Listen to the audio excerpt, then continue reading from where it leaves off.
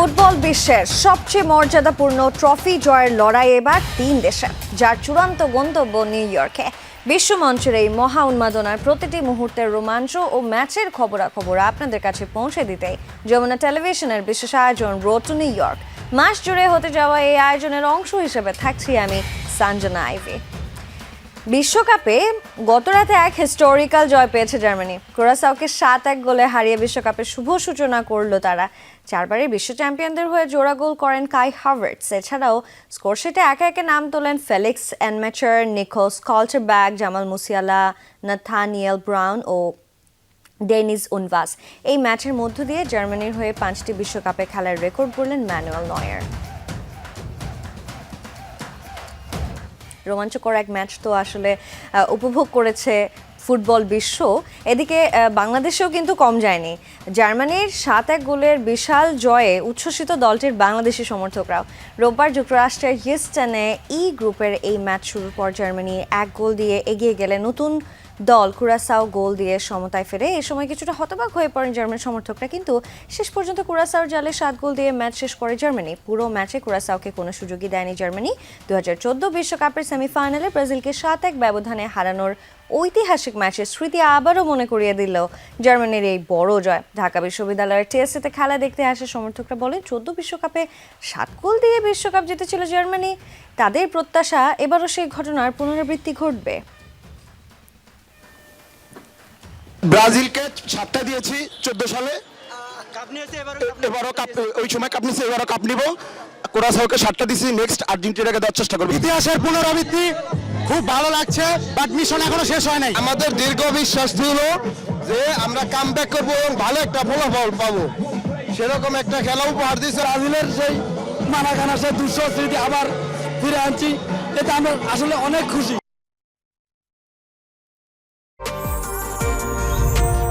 বাংলাদেশের প্রথম 5D AI inverter যুক্ত সর্বোচ্চ বিদ্যুৎ সাশ্রয়ী যমুনা এয়ার কন্ডিশনার।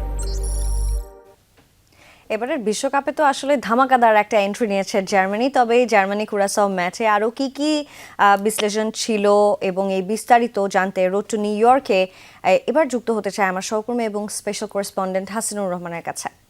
হাসিনুর, আগে থেকেই বোঝা যাচ্ছিল ম্যাচে জয় পাবে জার্মানি, কিন্তু এতগুলো গোল হবে আপনি কি এক্সপেক্ট করেছিলেন? আর কেমন উপভোগ করেছেন এই ম্যাচটি?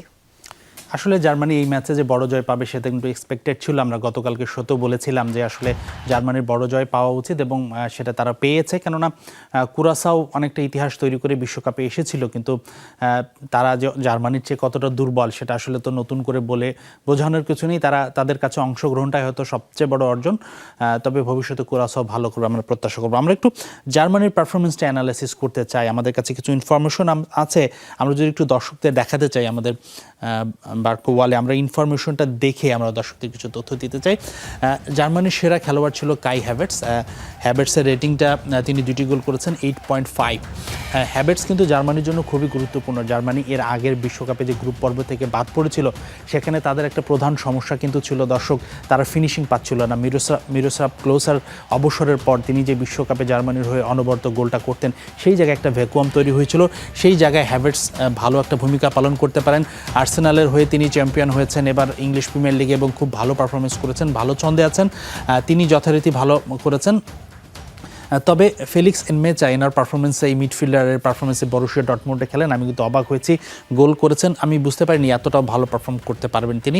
স্লটারবেক জার্মানির ডিফেন্ডারের মূল স্তম্ভ, ইনিও বরুশিয়া ডর্টমুন্ডে খেলে থাকেন। স্লটারবেকের সাথে কখনো রুডিকার, কখনো অন্য কেউ আসলে জুটিবদ্ধ হবেন, তবে স্লটারবেকের পারফরমেন্স খুবই গুরুত্বপূর্ণ এবং তিনি এই ম্যাচে যথারীতি কিন্তু খুব ভালো পারফরমেন্স করেছেন। আমরা যদি দেখি জামাল মুসিয়ালাও খুব ভালো খেলেছেন। জামাল মুসিয়ালাকে নতুন করে আসলে পরিচয় করে দেওয়ার কিছু নেই, তিনি বিশ্ব নন্দিত ফুটবলার, কিন্তু যেটা তার জন্য ইম্পর্টেন্ট ছিল, জামাল মুসিয়ালা কিন্তু ইনজুরির কারণে মৌসুমের পুরোটা সময় অলমোস্ট আমি যদি বলি 5 ভাগের 4 ভাগ তিনি বেঞ্চে বসেছিলেন। তো ইনজুরি থেকে কামব্যাক করে তার ভালো পারফরমেন্স করাটা খুব জরুরি ছিল। জোশুয়া কিমিকের কথা বলতে চাই, জার্মানি অধিনায়ক, তিনিও 8.1 রেটিং নিয়ে টপ 5 পারফর্মারের মধ্যে আছেন, কিন্তু কিমিক মূলত কিন্তু সেন্টার ডিফেন্ডারের পজিশনে খেলে থাকেন, কিন্তু দলের রাইট ডিফেন্ডিং পজিশনটা দুর্বল হওয়ার কারণে কিমিক কিন্তু সাম্প্রতিক সময়ে তিনি রাইট ব্যাগে খেলছেন এবং তিনি ভালো পারফর্ম করছেন এবং কালকে 2টি গোলের যোগান দিয়েছেন। তো captain leading from the front, তো সব মিলিয়ে আসলে জার্মানি 5 স্টার পারফরমেন্স তো বলাই যায়। একদমই তাই। হাসিনুর, আসলে জার্মানির ফরমেশন নিয়ে আসলে যদি আপনার কোনো কিছু বলার থাকে, আসলে তারা কোন ফরমেশনে গিয়ে বা কোন ট্যাকটিক্সে তারা আসলে খেলেছিল গতকালকে জার্মানি? হ্যাঁ, জার্মানির খেলার ধরনে কিছুটা চেঞ্জ এসেছে। নতুন আমাদের যে কোচ আছে ইউলিয়ান নাগেলসম্যান, তো নাগেলসম্যানের সেই তারা ফরমেশনে তারা 4-3-3 একটা ফরমেশনে খেলে থাকে। তবে এই মুহূর্তে আমাদের সহকর্মী মুজনেবিন তারেক আমাদের সঙ্গে যুক্ত হচ্ছেন। মুজনেবিন তারেক এখন ব্রাজিল ম্যাচ কাভার করে আর্জেন্টিনার যেই ম্যাচ কাভার করছে সেই শহরে যাচ্ছেন। মুজনেবিন তারেক আমাদের সাথে যুক্ত হয়েছেন, দেখি আমরা তারেককে সংযুক্ত সরাসরি করতে পারি কিনা। মুজনেবিন তারেককে হয়তো আমরা এখনও পাইনি। তারেক আমাদের সাথে যুক্ত হবেন।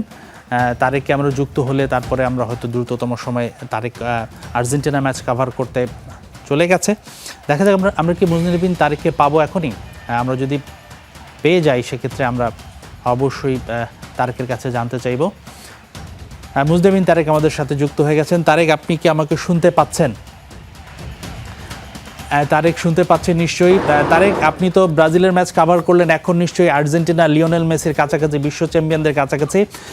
অনুভূতিটা কেমন? নিশ্চয়ই আপনার কাছ থেকে আমরা আর্জেন্টিনার ব্যাপারে সকল তথ্য পাবো। আপনার জার্নিটা কেমন ছিল, ওভারঅল এক্সপিরিয়েন্সটা কেমন? আপনি হয়তো মাত্র পৌঁছেছেন, একটু জানাবেন। হাসিনুর, আমি এখন কানসাস সিটি এয়ারপোর্টে আছি এবং আপনারা জানেন দর্শক যে কানসাস সিটি হচ্ছে এবার আর্জেন্টিনার ম্যাচটি কিন্তু এই কানসাস সিটিতেই হবে আলজেরিয়ার বিপক্ষে 16 জুন যুক্তরাষ্ট্র সময়। যেটি হাসিনুর বলছিলেন যে গরম এবং রোদ যেটা আমরা পেয়েছিলাম, কানসাস সিটি কিন্তু আমাদেরকে সম্পূর্ণ ভিন্নভাবে আমন্ত্রণ জানাল। ঠান্ডা অনুভূত হচ্ছে এবং খুব ইন্টারেস্টিং বিষয় হচ্ছে এই এয়ারপোর্টে নামার পর মনে হচ্ছে যে এখানে এয়ারপোর্টের ভেতরে কিন্তু বিশ্বকাপ নিয়ে নানা আয়োজন ছিল, ব্যানার পোস্টার তো ছিল, নানা ধরনের আয়োজন ছিল। বিশ্বকাপের যে কাঙ্ক্ষিত যে উন্মাদনা সেটি কিন্তু আমরা খুঁজে পাচ্ছি এবং এখন পর্যন্ত পেয়েছি। আর দর্শক সিটিতে বাংলাদেশের আর্জেন্টিনা যারা ভক্ত আছেন তাদের কাছে আর্জেন্টিনা দলের সব খবর সবার আগে পৌঁছানোর জন্য চলে এসেছি এবং সবাই জানি যে লিওনেল মেসির খুব সম্ভবত এইটাই শেষ বিশ্বকাপ এবং তারা বর্তমান তারা মিশনটা শুরু করবে আলজেরিয়ার বিপক্ষে। আলজেরিয়া নিঃসন্দেহে আফ্রিকার দল এবং শক্তিশালী দল। এই যেহেতু আর্জেন্টিনার বিশ্বকাপ মিশন শুরু হবে সেই খবর সব তারেক, আপনার ভ্রমণ ক্লান্তি নিশ্চয়ই অনেক ছিল, আপনি মাত্র পৌঁছেছেন, আপনি একটু রিল্যাক্স হন, আপনি আর্জেন্টিনার ম্যাচ কভার করার জন্য প্রস্তুত হন। মেসির উত্তেজনা নিশ্চয়ই আমরা বিশ্ব চ্যাম্পিয়নদের উত্তেজনা দর্শকদের জানানোর চেষ্টা করব। আপনাকে ধন্যবাদ আমাদের সঙ্গে যুক্ত হওয়ার জন্য। দর্শক, আমরা যে আলোচনায় ছিলাম আসলে জার্মানির খেলাটা, জার্মানি তো দুর্দান্ত পারফরমেন্স করেছে, তাদের স্টার পারফর্মার কারা ছিল, আমরা একটু জার্মানির ফরমেশনটা দেখাতে চাই। জার্মানি একটু ভিন্ন ফরমেশনে খেলেছে, ট্রেডিশনাল তারা 4-3-3 ফরমেশনে খেলে থাকে। আমাদের কাছে একটা তাদের ফরমেশন কার্ড আছে, তারা যেই ফরমেশনে খেলেছে। আমরা যদি দেখি যে নর্মালি জার্মানি কিন্তু 4-3-3 ফরমেশনে খেলে, তবে এবার জার্মানি নয়, আমরা যদি ম্যাক্সিমাম দলগুলোকেই দেখি, মরক্কো থেকে ব্রাজিল সবাই 4-2-3-1 ফরমেশনটাকে চুজ করছে। কেননা মিডফিল্ডে আসলে মিডফিল্ডটা যে কত গুরুত্বপূর্ণ, কেননা একটা খেলাকে যদি আপনি একটা যন্ত্রের সাথে তুলনা করেন সেক্ষেত্রে মিডফিল্ডটা আপনার ইঞ্জিন হতে পারে। তো সে কারণেই সবাই মিডফিল্ডটাকে সলিড রেখেই খেলতে চাচ্ছে। আর্জেন্টিনাও সেই মডেলেই খেলবে আমি নিশ্চিত। তবে আমি যেই কথাটা একটু আগে টাচ করেছিলাম যে আসলে কিমিখ তিনি কিন্তু নর্মালি মিডফিল্ডে খেলে থাকেন, যেহেতু তার মিডফিল্ডে তাদের পাভলোভিচ আছেন, নেমেচার মতো ফুটবলার আছেন এবং তাদের যেহেতু লেফট ব্যাক এবং রাইট ব্যাক সাইডে দুর্বলতা আছে, সেই কারণেই তিনি কিন্তু তার পজিশনটা চেঞ্জ করেছেন। মুসিয়ালার কথা বলছিলাম, মুসিয়ালাও খুব গুরুত্বপূর্ণ, নাম্বার 10 রোলে খেলবেন তিনি। একটা জিনিস, কাই হ্যাভার্টস কিন্তু ট্রেডিশনাল নাম্বার 9 না, তিনি আসলে নাম্বার 10 বা কখনো সেকেন্ড স্ট্রাইকার হিসেবে খেলে থাকেন। তো সেই জায়গায় আসলে মুসিয়ালা গুরুত্বপূর্ণ হবে, তারা ডাবল পিভিট রোলে খেলবেন, কখনো হয়তো মুসিয়ালা একটু ফলস 9 পজিশনে যাবেন, কখনো হ্যাভার্টস বল ট্র্যাকিংয়ের জন্য নেমে আসবেন। এবং ভোল্টেমার সহ জার্মানির কিন্তু বেশ কিছু ভালো সাবস্টিটিউট স্ট্রাইকার আছে, যেটা গত ওয়ার্ল্ড কাপে তারা ল্যাকিং করেছিল। আমার মনে হয় জার্মানির স্ট্রাইকারও যদি গোল করতে পারে, মিরোস্লাভ ক্লোসার যেই পারফরমেন্সটা বিশ্বকাপে ছিল হ্যাভার্টস থেকে শুরু করে বাকিরা যদি সেটা করতে পারে, গত 9-10 ম্যাচে জার্মানি যে আধিপত্য দেখিয়েছে তারা ক্রমশই গুছিয়ে উঠছে, জার্মানিকেও কিন্তু আপনার টপ 4-এর কন্টেন্ডার হিসেবে রাখাই যায়। জার্মানির দুর্ভাগ্য খুব শীঘ্রই কাটতে যাচ্ছে এমনটা তো আসলে জার্মান ভক্তরা আশা করতেই পারে। হাসিনুর, গতকালকের ম্যাচে কিন্তু শুধু 7-1 গোলের যে জয় পেয়েছে জার্মানি তাই নয়, বিশ্বকাপের ইতিহাসে এটা কিন্তু অন্য একটা ইতিহাসের পুনরাবৃত্তি ঘটিয়েছে। ব্রাজিলকে 7-1 গোলে হারিয়েছিল জার্মানি। যদি আমি একটু জানতে চাই যে বিশ্বকাপের ইতিহাসে এখন পর্যন্ত সবচাইতে বেশি গোল কোন কোন দলের রয়েছে? কালকে জার্মানির ম্যাচের আগ পর্যন্ত কিন্তু ব্রাজিলের বিশ্বকাপে সবচেয়ে বেশি গোল ছিল, এখন জার্মানি তাদেরকে সেটা পাস করে গিয়েছে। আমরা যদি দেখাতে চাই, দর্শকদের একটু তথ্যগুলো দেখাই কোন দলগুলো আসলে টপ 5 গোল স্কোরারের মধ্যে আছে, আমরা একটু দেখাই তথ্যটা দর্শকদের। যেমনটা বলছিলাম, জার্মানি এখন শীর্ষে, তারা ব্রাজিলকে টপকে গেছে। 239টি গোল করেছে জার্মানি এখন পুরো বিশ্বকাপে এখন পর্যন্ত তারা খেলেছে। ব্রাজিলের 238টি ছিল, গতকালকে টপকে গেছে জার্মানি। নিশ্চয়ই ব্রাজিল ভক্তরা একটু দুঃখ পাচ্ছেন যে আসলে জার্মানি ব্রাজিলকে টপকে গেছে। তবে একটু মন ভালো করার তথ্য আপনাকে দেই, 3 নম্বরে থাকে আর্জেন্টিনার গোল সংখ্যা কিন্তু 152। সেই হিসাবে ব্রাজিল ভক্তরা কিন্তু কথার লড়াই আর্জেন্টিনাকে খোঁচা দিতেই পারে, তারা গোলের বিচারে অনেক এগিয়ে, প্রায় 100-র কাছাকাছি। 100-র কাছাকাছি পুরোপুরি নয়, আর্জেন্টিনার 152 গোল, তারা তৃতীয় স্থানে। ফ্রান্স 136 গোল নিয়ে চতুর্থ স্থানে। ইতালি যে বিশ্বকাপে নেই কিন্তু 4 বারের চ্যাম্পিয়ন, ইতালি কিন্তু 128 পয়েন্ট নিয়ে 5 নম্বরে আছে। তো এই হলো আসলে দলগুলোর গোল স্কোরের ট্যালি। ব্রাজিলের দুঃখ আসলে কিছুটা হলেও নিশ্চয়ই এখন ঘুচবে। হাসিনুর, এখন পর্যন্ত বিশ্বকাপে জার্মানি কি এক ম্যাচে সর্বোচ্চ গোলদাতা, নাকি আরও কোনো দল রয়েছে যারা আরও বেশি গোল করেছে এক ম্যাচে বিশ্বকাপে? জার্মানি তো 7 গোল করা যেন একটা অভ্যাস হয়ে গেছে, এবং সেই বদৌলতে 7 আপ তখন খুব জনপ্রিয়। যদিও 7 আপ আমেরিকান একটা প্রতিষ্ঠান, পেপসিকোলার অঙ্গ সংগঠন, তবে জার্মানি 7টি গোল দিয়েই যাচ্ছে। অনেকে মনে করছে যে এটাই বিশ্বকাপের সবচেয়ে বড় গোলের রেকর্ড, কিন্তু বিষয়টা এমন নয়। আমরা একটু দেখাতে চাই, যদিও রেকর্ডগুলো অনেক পুরনো, আরও কিন্তু অনেক বড় মার্জিনের জয় আছে বিশ্বকাপে। আমরা দর্শকদের একটু দেখাবো বিশ্বকাপে এখন পর্যন্ত টপ 5 বড় মার্জিনের যে জয়গুলো। হাঙ্গেরি 10-0 গোলে এল সালভাদরকে হারিয়েছিল 1982 বিশ্বকাপে। হাঙ্গেরি আবার 9-0 গোলে দক্ষিণ কোরিয়াকে হারিয়েছিল 54 বিশ্বকাপে।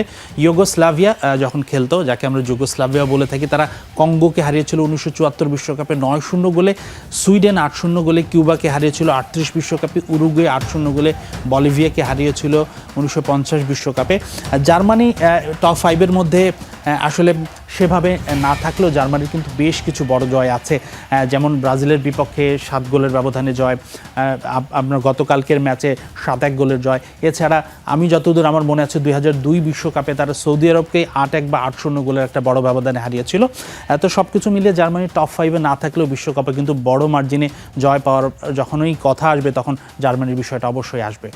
আবারও আমন্ত্রণ দেখছেন রোড টু নিউ ইয়র্ক। এই পর্যায়ে আরও একবার যুক্ত হব আমাদের সহকর্মী এবং স্পেশাল করেসপন্ডেন্ট হাসিনুর রহমানের কাছে।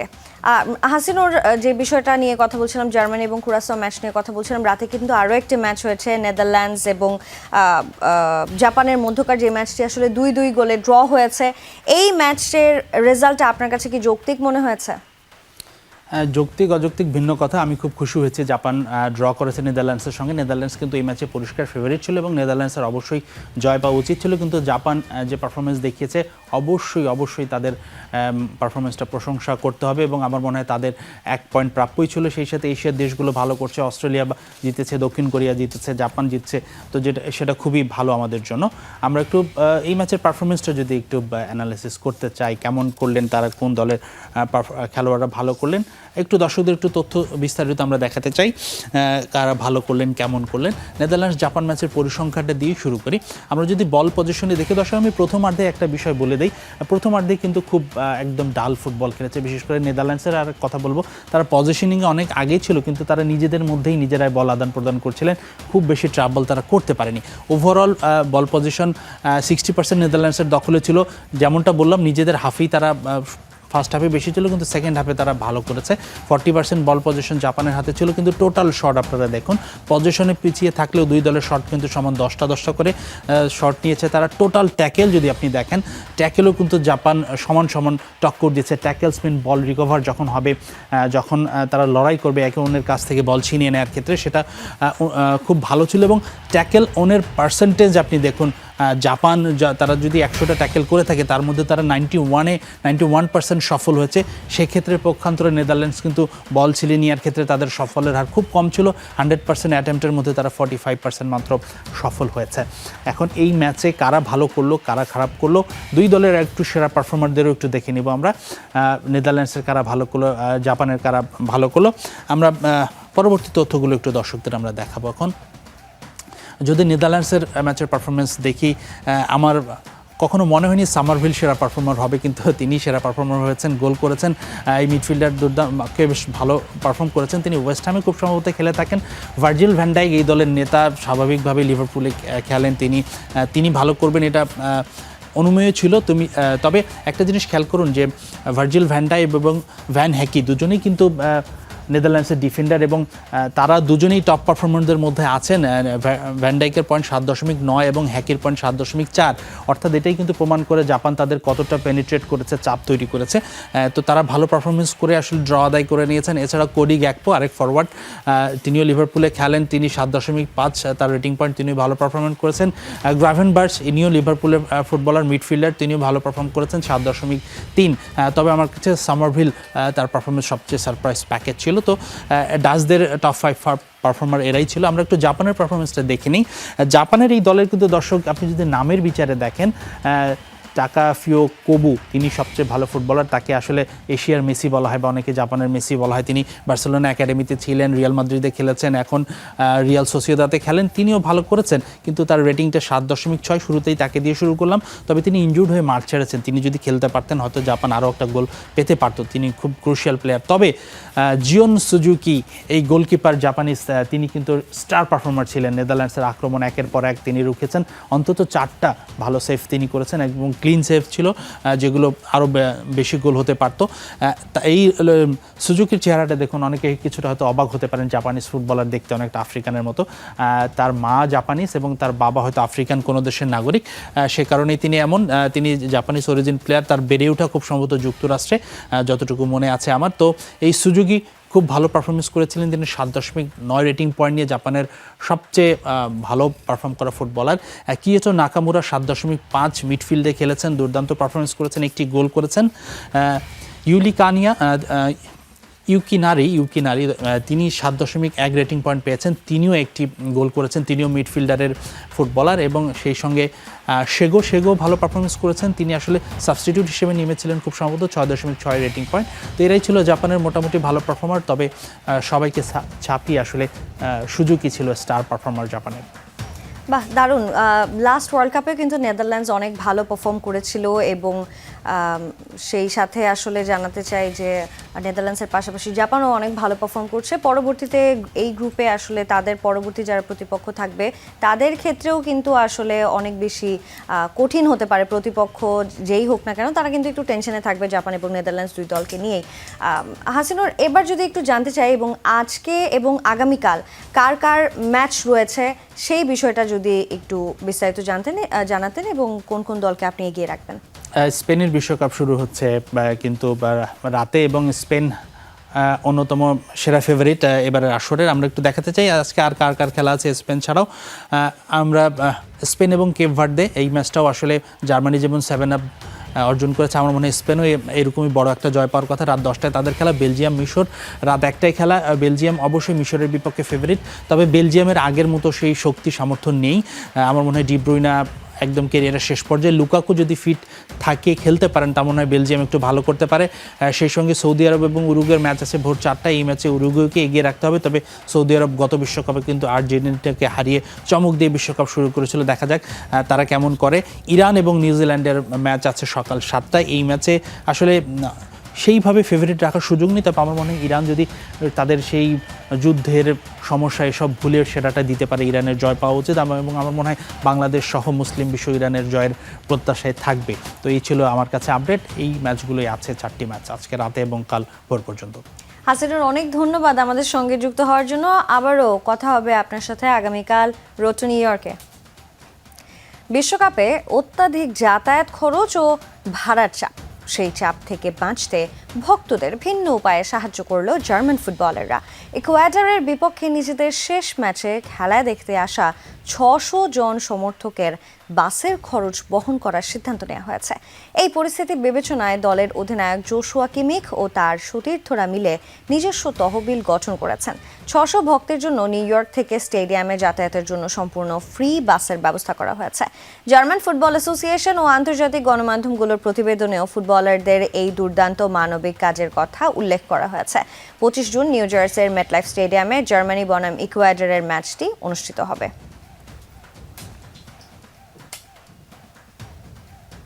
জার্মানি এবং কুরাসাওয়ার তো রোমাঞ্চকর একটা ম্যাচ দেখেছি এবং আজকে রাতে স্পেন এবং কেপ ভার্দের একটা দারুণ ম্যাচ রয়েছে। কেপ ভার্দেও প্রথমবারের মতো এবার বিশ্বকাপ খেলতে যাচ্ছে এবং স্পেন এবং কেপ ভার্দের মধ্যকার আসলে এরকম রোমাঞ্চকর ম্যাচ কি আমরা দেখতে পাবো কিনা, আরও একটি 7-up দেখবো নাকি একদম হাঙ্গেরির মতো, হাঙ্গেরি যেরকম 10 গোলে হারিয়েছিল আসলে তার প্রতিপক্ষকে, সেরকম কিছু দেখতে পারবো কিনা সেটা জানতে হলে আসলে অপেক্ষা করতে হবে আজ রাত পর্যন্ত।